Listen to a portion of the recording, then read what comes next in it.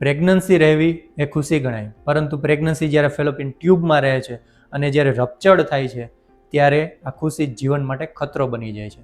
તો આજે આપણે વાત કરીશું રપ્ચર્ડ એક્ટોપિક પ્રેગ્નન્સીના કેસમાં લેપ્રોસ્કોપીના રોલ વિશે. હું છું doctor Rahul Sinhar, MS gynaec and laparoscopic surgeon from Venus women's hospital અને IVF સેન્ટર રાજકોટ. પ્રેગ્નન્સી જ્યારે ફેલોપિયન ટ્યુબમાં ગ્રો થાય અને એ રપ્ચર્ડ થાય છે ત્યારે પેટમાં ખૂબ જ બ્લડ જમા થતું હોય છે અને આ સ્થિતિમાં દરેક સેકન્ડ, દરેક મિનિટ ખૂબ જ કિંમતી હોય છે. હાથમાંથી સમય સરકતો જતો હોય છે અને પેટમાં બ્લડ જમા થતું હોય છે અને ત્યારે લેપ્રોસ્કોપીનો રોલ છે એ લાઈફ સેવિંગ હોય છે.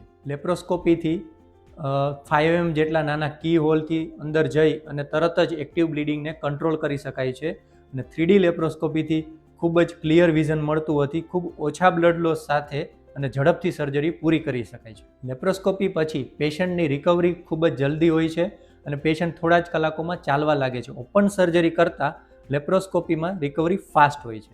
તો રપ્ચર્ડ એક્ટોપિક પ્રેગ્નન્સીના કેસમાં ઝડપથી લેવાયેલો નિર્ણય અને લેપ્રોસ્કોપી જીવન બચાવે છે.